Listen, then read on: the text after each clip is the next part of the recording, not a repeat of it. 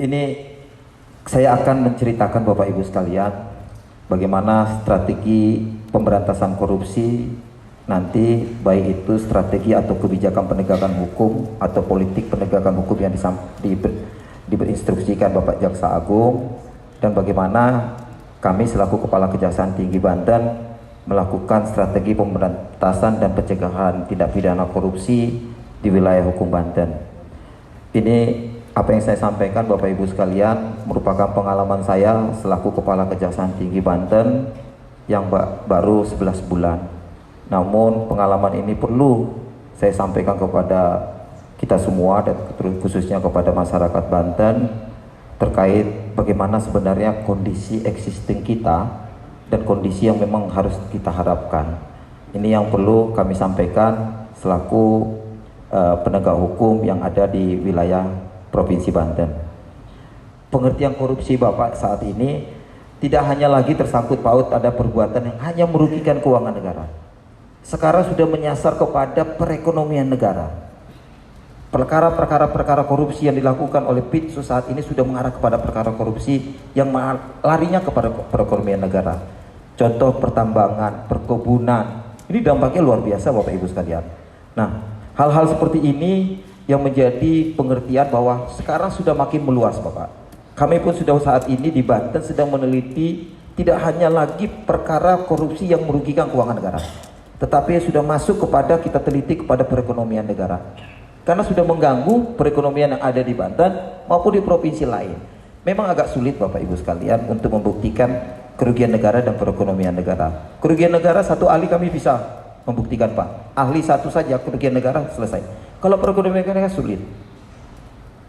Bisa ahli lingkungan, ahli ekonomi masuk, ahli-ahli lain masuk. Jadi sangat sulit untuk membuka ini.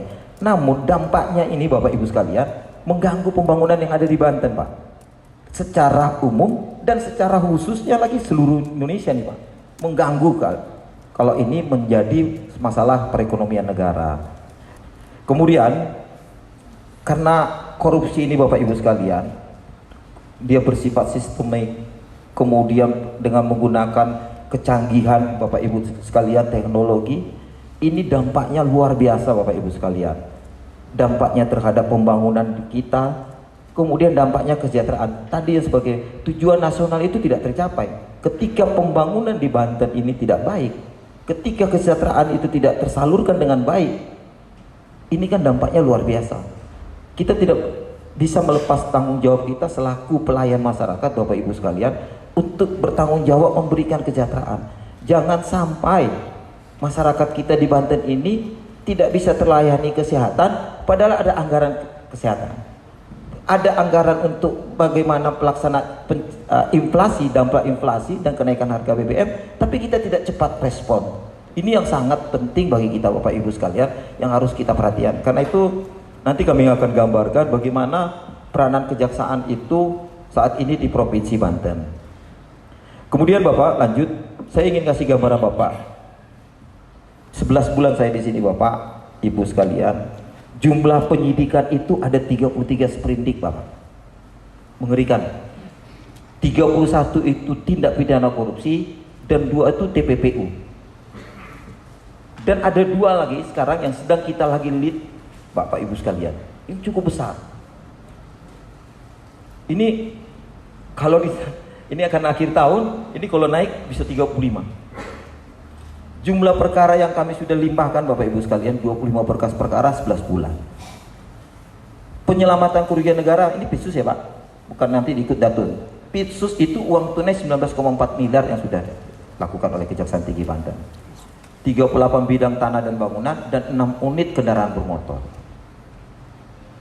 Bapak Ibu sekalian, 9 Desember kemarin Kejaksaan Tinggi Banten mendapat penghargaan dari KPK dalam Hari Anti Korupsi sebagai penerima penghargaan penanganan tindak pidana korupsi terbaik pertama tingkat Kejaksaan Tinggi seluruh Indonesia.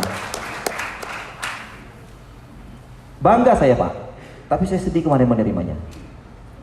Kenapa Pak? Tahun lalu di NTT penerimanya, sekarang di Banten. Saya sedih Pak menerimanya. Jujur Pak, saya sedih sekali. Artinya Banten terbanyak korupsinya Pak. Saya tidak ada tujuan untuk jadi juara atau tidak. Tidak ada, Pak. Laporan pengaduan masuk, kita teliti.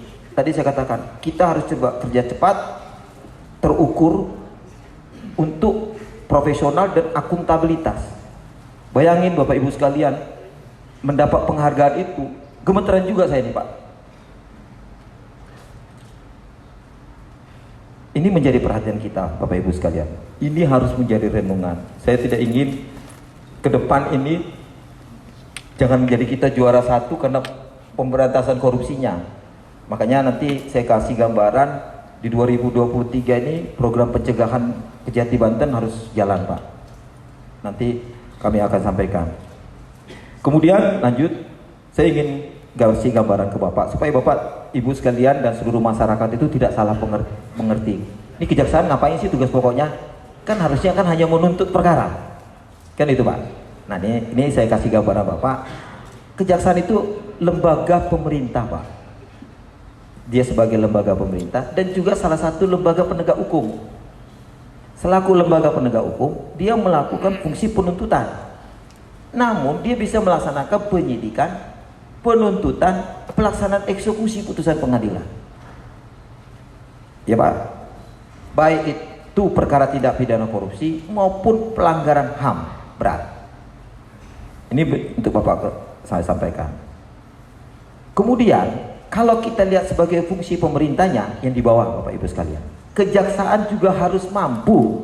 Ini dalam penjelasan Undang-Undang Nomor 16 Tahun 2024 sebagaimana dirubah dengan Undang-Undang 11 Tahun 2021 tentang perubahan Undang-Undang Nomor 16 Tahun 2014 tentang kejaksaan. Kejaksaan itu juga harus mampu, Pak, terlibat sepenuhnya dalam proses pembangunan, antara lain turut menciptakan kondisi yang mendukung dan mengamankan pelaksanaan pembangunan untuk mewujudkan masyarakat adil dan makmur, sama dengan tujuan nasional, Pak. Ya, Pak, berdasarkan Pancasila serta berkewajiban untuk turut menjaga dan menegakkan kewibawaan pemerintah dan negara. Kemudian strategi umumnya, saya ingin menyampaikan strategi umum dari Kejati Banten selalu mengatakan bagaimana mewujudkan Kejaksaan Tinggi Banten itu yang transformatif, adaptif, inovatif, dan kolaboratif, Bapak Ibu sekalian. Semuanya ini harus secara inklusif. Saya ingin juga menyampaikan kepada Bapak Ibu sekalian, mengajak seluruh kita yang ada komponen di pemerintahan ini dan juga masyarakat, mari kita harus bertransformasi. Gak bisa, Pak, tanpa transformasi. Kalau gak melakukan transformasi di kita, Pak, ini akan stuck dan tidak pernah akan kita melakukan perubahan-perubahan yang sangat masif. Kita harus adaptif, Pak, terhadap perkembangan situasi global, situasi masyarakat, apapun yang terjadi. Dan kemudian bagaimana kita harus selalu inovatif. Inovatif penyidikan yang kami lakukan itu kami lakukan terobosan, Pak. Dan tidak ada lagi, Pak, pekerjaan kita tanpa kolaboratif. Ini yang saya harapkan kemarin, melakukan kolaborasi dengan aparat pemerintah, Bapak. Melakukan upaya-upaya ini. Kita sudah coba melakukan kolaborasi dengan pemerintah provinsi. Teman-teman saya di Kejari juga melakukan kolaborasi dengan pemerintah kabupaten dan kota untuk bagaimana melaksanakan pencegahan dan pemberantasan tindak pidana korupsi atau melakukan pengamanan pembangunan di provinsi Banten ini. Itu harus kita kolaboratif, Bapak Ibu sekalian. Kemudian kami melakukan strategi sinergitas ini melalui strategi yaitu disebut dengan konsolidasi, optimalisasi, dan public trust. Saya harus melakukan konsolidasi di luar internal, Bapak Ibu sekalian, baik itu dengan Pak Gubernur eksternal, masyarakat, mahasiswa, dengan Ibu Dokter Rena. Saya sudah sering komunikasi, saya sudah sering dengan LSM yang lain yang care terhadap pemberantasan tindak pidana korupsi. Kita lakukan konsolidasi. Ini untuk mengetahui, Pak, apa yang mau diharapkan, bagaimana cara pelaksananya. Kemudian kami bagaimana untuk bisa menjadi public trust tadi. Optimalisasi ini penting, makanya saya selalu menekankan tidak ada perkara yang penyelesaian lewat dari 4 bulan. Kalau enggak, tidak optimalisasi namanya. Kinerja itu harus optimal. Pelayanan masyarakat harus optimal. Setiap laporan pengaduan kami laporkan, Pak. Kami sampaikan kepada pengadu. Sudah setingkat mana? Kalau nggak bisa naik, saya katakan tidak ada cukup bukti untuk dapat diproses lebih lanjut. Kita buat. kita harus respon cepat. Makanya saya katakan tadi optimalisasi, konsolidasi dan public trust itu yang harus kita pegang Pak. Dengan tadi kolaborasi. Karena itu Pak, kami sudah mendorong APIP di sini. Kerjasama dengan APIP sudah luar biasa. Banyak laporan pengaduan yang saat ini sudah kami kirim kepada Pak APIP. Ini PLT Inspektorat ada ya Pak? Ya, ya Pak ya. Itu kita kirim Pak. Terutama proyek-proyek yang masih berjalan. Ini kejari-kejari juga sudah. Kita ingin penguatan APIP itu ada. Keberhasilan Bapak Ibu sekalian pencegahan dan pemberantasan korupsi itu tidak dapat berjalan sendiri-sendiri yang tadi saya katakan. Ini perlu gerak bersama. Ini harus Pak, tidak bisa lagi hanya tadi saya katakan antara kami dengan pemerintah provinsi. Masyarakat sama, harus sama-sama Bapak. Masyarakat itu harus ikut sama. Namun kita kembali kepada peran serta masyarakat. Ada aturan formilnya. Memberikan laporan dengan identitas, kemudian ada dua alat, paling tidak ada alat bukti Pak. Nah ini yang perlu harus kita sampaikan kepada masyarakat untuk tidak ujuk-ujuk, karena banyak masih laporan kepada kita yang mohon maaf yang kita perhatikan masih tidak melampirkan apa yang diinginkan. Secara umum perkara dugaan korupsi di ini, dinas ini 2018 sampai 2020 yang mana? Ini kalau kita buka dipanya kan banyak sekali nih. Nah itu yang seperti itu akan kita kembalikan. Nah ini kan perlu ada edukasi-edukasi kita kepada masyarakat-masyarakat atau LSM-LSM pemati korupsi untuk bisa merapikan laporan-laporan pengaduan. Satu hal yang mendasar di beberapa kesempatan terakhir tentang kita memperingati Hari Korupsi Sedunia atau Hari Anti Korupsi Sedunia tepatnya. Dan berbagai acara digemakan, tentu kita punya banyak pemikiran dan tahu apa itu yang dimaksudkan, sehingga kita harus melakukan satu kebersamaan seluruh dunia tentang anti korupsi. Saya kebagian tentang apa yang disebut dengan praktek baik pemerintah dan khususnya pemerintah provinsi. Nah atas momen itu keterkaitannya dengan Hari Anti Korupsi Sedunia yang tadi Bapak Kepala Kejaksaan Tinggi telah memberikan informasi yang menyeluruh tentang spesifikasi khususnya di Provinsi Banten. Saya ingin mereview, membaca beberapa riwayat tentang praktek baik oleh pemerintah dan pemerintah daerah terhadap anti korupsi ini. Paling tidak sejak Indonesia berdiri, Presiden pertama Republik Indonesia juga sudah menggagas tentang apa yang disebut anti korupsi.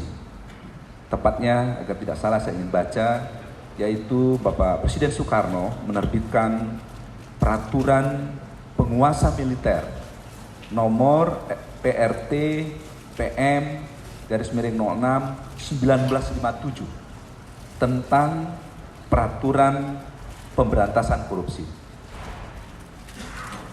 Sekarang kita mungkin dalam berbagai kesempatan kesejarahan seperti ini perlu kita ingatkan, karena artinya apa? Praktek pemerintah terhadap anti korupsi ini, karena ini adalah hal yang dunia hadapi, maka pemerintah juga selalu hadir di sana, berjenjang di setiap tingkatan pemerintahan. Era selanjutnya, kepresiden kita terus-menerus melakukan langkah-langkah itu. Sampai di saat ini, kita juga masih terus dengan berbagai tatanan perintah-perintah secara regulatif untuk kita mengedepankan apa yang disebut dengan anti korupsi itu sendiri. Tadi saya terenyuh Pak Kajati menyinggung bagaimana kita 2 bulan, 3 bulan pertama saya ditunjuk sebagai pejabat gubernur, intensif berkomunikasi, dan saat akan pelantikan saya datang ke kantor Kajati, begitu Pak Kajati ya, dan saya memohon agar Pak Kajati hadir dalam pelantikan saya untuk mendengarkan langsung apa-apa yang menjadi arahan yang memang kolaborasi itu harus kita lakukan untuk melakukan langkah-langkah pemerintahan yang terukur dan pada akhirnya bisa kita persembahkan kepada masyarakat.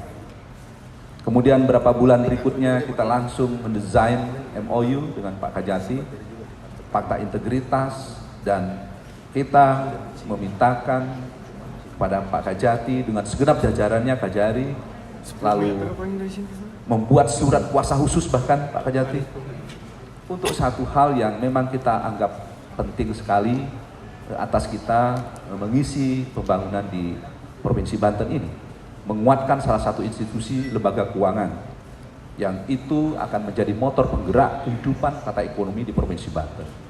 Kolaborasi dengan Forkopimda itu salah satu jalan yang baik untuk bisa menjalankan tugas dan fungsinya sesuai dengan apa yang diamanatkan undang-undang.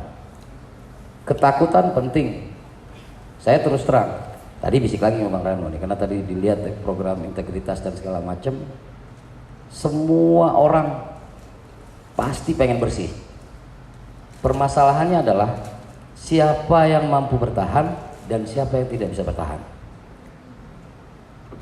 Dan negara kita dibangun sudah ada konsepnya dari awal. Tujuan bernegara kita sudah punya, mensejahterakan rakyat dan sebagainya. Dan kemudian instrumen-instrumen untuk pencegahan dan sebagainya itu juga sudah ada. Selama ini kan kita kenalkan selalu pendekatannya adalah langsung penindakan. Tapi hari ini wajah dari para penegak hukum khususnya kejaksaan telah menampilkan upaya-upaya pencegahan dan kita sudah lakukan bersama-sama. Jadi yang paling saya takut hari ini sebenarnya bukan ketemu Bang Leo, tapi yang saya takut berurusan dengan dia.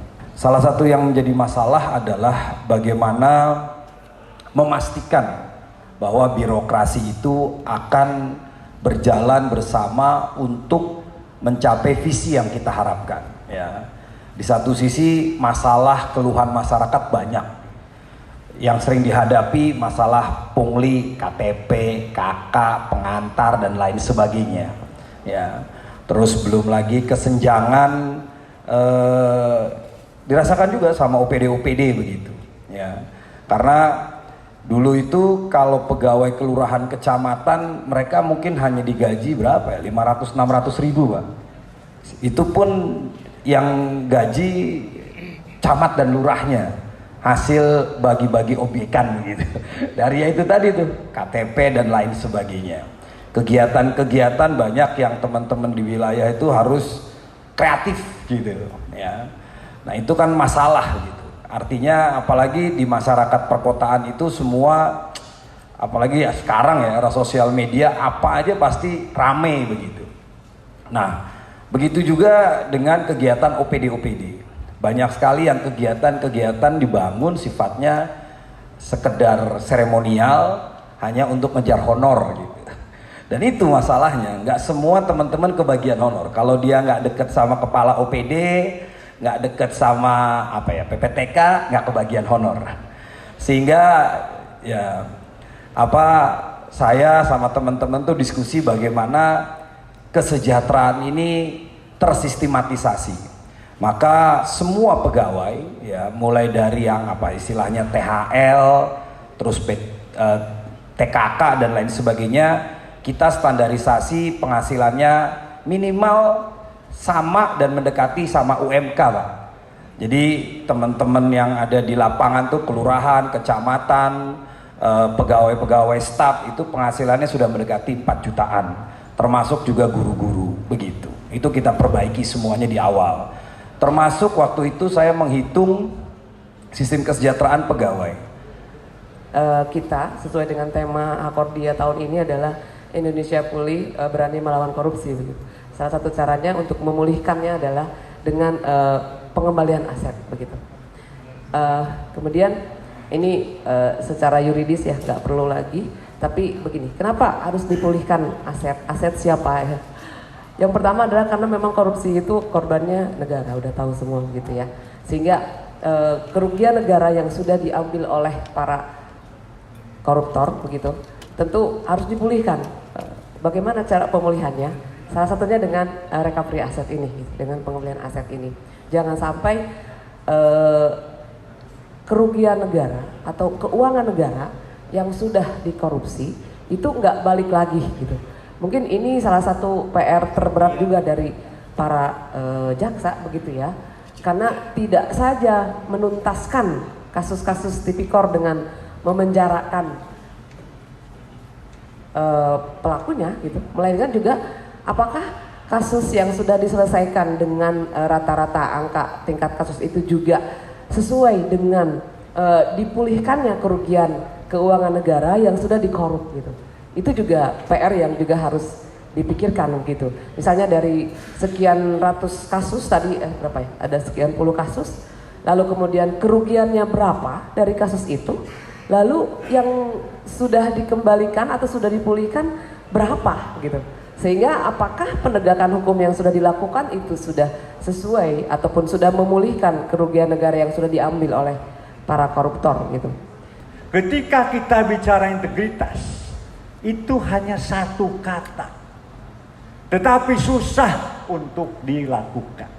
Saya yakin, saya sudah keliling se-Indonesia, saya menjadi penegak hukum 33 tahun 9 bulan sampai kemarin ya. Tetapi kemana-mana susah Pak ya, melaksanakan integritas itu. Tetapi saya mencoba. Selama 33 tahun 9 bulan saya merangkak bagaimana untuk menjaga integritas pribadi, menjaga integritas profesi, menjaga integritas institusi, dan menjaga integritas bangsa dan negara ini. Perlahan-lahan kita terus merangkak. Gelombang yang tinggi pun harus bisa dilawan. Makanya Pak Bahrudin Lopa menyampaikan ya, banyak orang salah jalan karena mereka merasa tenang. Kenapa? Karena mereka merasa sama-sama tenang, sama-sama salah. Oleh karena itu beranilah untuk menjadi benar walaupun sendirian. Ternyata ketika bicara integritas, sekian ribu orang merasa tenang walaupun salah.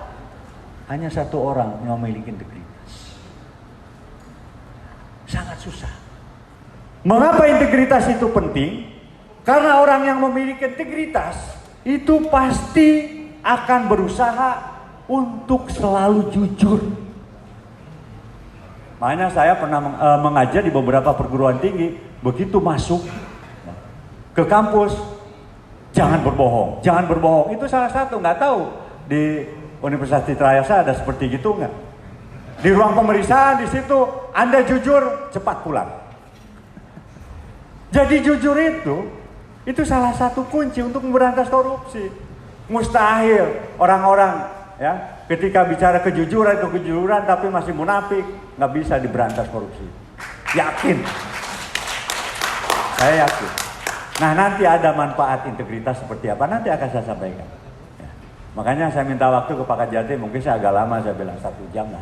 Ya kuliah sedikit lah, nggak apa-apa. Karena ini menyangkut apa? Menyangkut harkat martabat. Bukan harkat martabat pribadi saja para penyelenggara negara, para pejabat, tetapi juga itu untuk bangsa dan negara. Jangan sampai nanti kita menjadi penyelenggara negara itu yang dipikirkan itu adalah bagaimana cara mengambil keuntungan. Nah itu kan bersifat orang nggak jujur. Ya. Kemudian apa sih yang menjadi tujuan integritas? Yang pertama, integritas ini akan melahirkan reputasi, akan melahirkan nama baik seseorang. Jadi orang yang memiliki integritas, nama baiknya itu selalu dijaga oleh Yang Maha Kuasa melalui malaikat-malaikatnya. Memang dalam pergaulan kadang-kadang ya dikucilkan enggak juga, ya. Dimusuhi enggak juga, kemudian juga enggak punya teman enggak juga, karena belum apa-apa sudah takut. Untuk menjaga integritas itu belum apa-apa sudah takut. Padahal ketika kita menjadi aparat, apalagi penegak hukum, saat ini menjadi penegak hukum, mungkin besok atau nanti kita sudah mati. Kemudian apa sih manfaat integritas? Secara fisik ini menjadikan lebih sehat dan bugar. Kenapa? Pikirannya hanya satu, lempeng. Coba kalau kita kutak-katik, kita korupsi, kita nggak jujur, mikir nanti kalau ketahuan istri gimana, nanti kalau ketahuan atasan gimana, nanti mengutak-atik seperti apa. Tetapi ketika dia memiliki integritas, fisiknya akan selalu sehat dan bugar, nggak ada penyakit. Kemudian secara intelektual ini akan lebih mampu mengoptimalkan kemampuannya dibandingkan dengan orang-orang munafik. Jadi seorang yang memiliki integritas, manfaatnya bagi intelektual ini akan lebih mampu mengendalikan kemampuannya dibandingkan orang-orang yang munafik. Karena pikirannya hanya on the track satu, seperti di jalan rel kereta api nggak lihat kanan kiri. Memang susah. Saya kan sudah bicara dengan beberapa bupati, wali kota, ketua DPRD, hampir seluruh Indonesia. Ceramah itu saya sudah 367 kali itu. Semua kali. Bicara susah memberantas korupsi kan. Hanya ngomong saja memang. Sebenarnya bisa. Saya menjadi Kajati di Bangka Belitung hanya 7 bulan, 9 hari. Saya angkat memperoleh satu-satunya Kajati se-Indonesia yang memperoleh WBBM. Bisa ternyata. Yang terakhir adil. Tidak memihak. Kok adil tidak memihak? Memihaknya itu kalau adil itu kepada yang benar, bukan memihak kepada yang salah. Nah, inilah nilai-nilai anti korupsi alias integritas supaya di Provinsi Banten ini khususnya ya, umumnya di negara Republik Indonesia ini bisa terhindar dari perbuatan-perbuatan yang mengarah ke perbuatan koruptif.